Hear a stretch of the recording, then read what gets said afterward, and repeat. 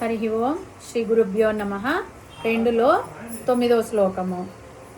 సంజయ ఉవాచ ఓం ఏవముక్త్వా హృషీకేశం గుడాకేశః పరంతప నయోశ్చైది గోవిందం ముక్త్వా తూష్ణీం బభూవః. అంటే సంజయుడు చెప్తున్నాడు ధృతరాష్ట్రునితో, పరంతప అంటే ఓ ధృతరాష్ట్ర, ఏవం ఉక్త్వా ఈ విధంగా,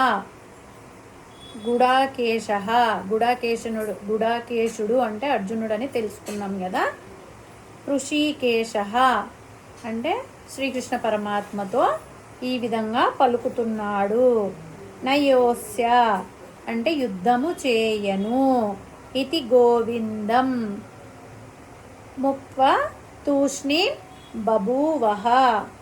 తూష్ణీం బభూవః అంటే మౌనం వహించినాడు అని చెప్పి ఏమంటున్నాడంటే సంజయుడు ధృతరాష్ట్రునితో,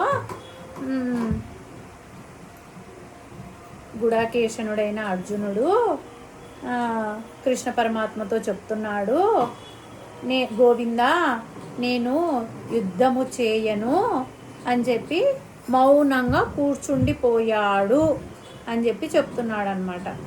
హరి ఓం తత్సత్. శ్రీ గురుభ్యో నమః. 2వ అధ్యాయంలో 10వ శ్లోకం.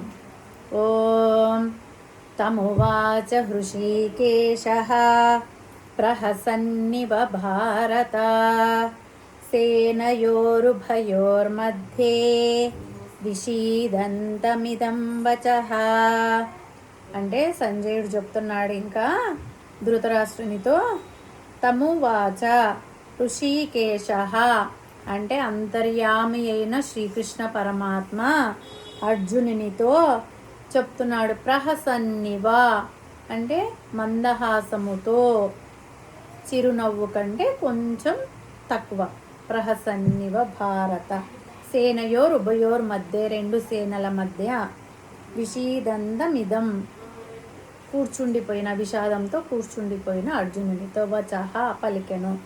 దీనికి అర్థం ఏమంటే సంజయుడు చెప్తున్నాడు ధృతరాష్ట్రునితో, రెండు సేనల మధ్య శోకముతో కూర్చుండిపోయిన అర్జునునితో సర్వాంతర్యామి అయిన శ్రీకృష్ణ పరమాత్మ ఈ విధంగా చిరునవ్వుతో, ప్రహసన్నివ చిరునవ్వు కంటే కొంచెం తక్కువ, ప్రహసన్నివ భారత ఈ విధంగా చెప్పుచున్నాడు అని చెప్పి పై శ్లోకంలో ఏం చెప్తాడో మనం తెలుసుకుందాం. హరి ఓం తత్సత్.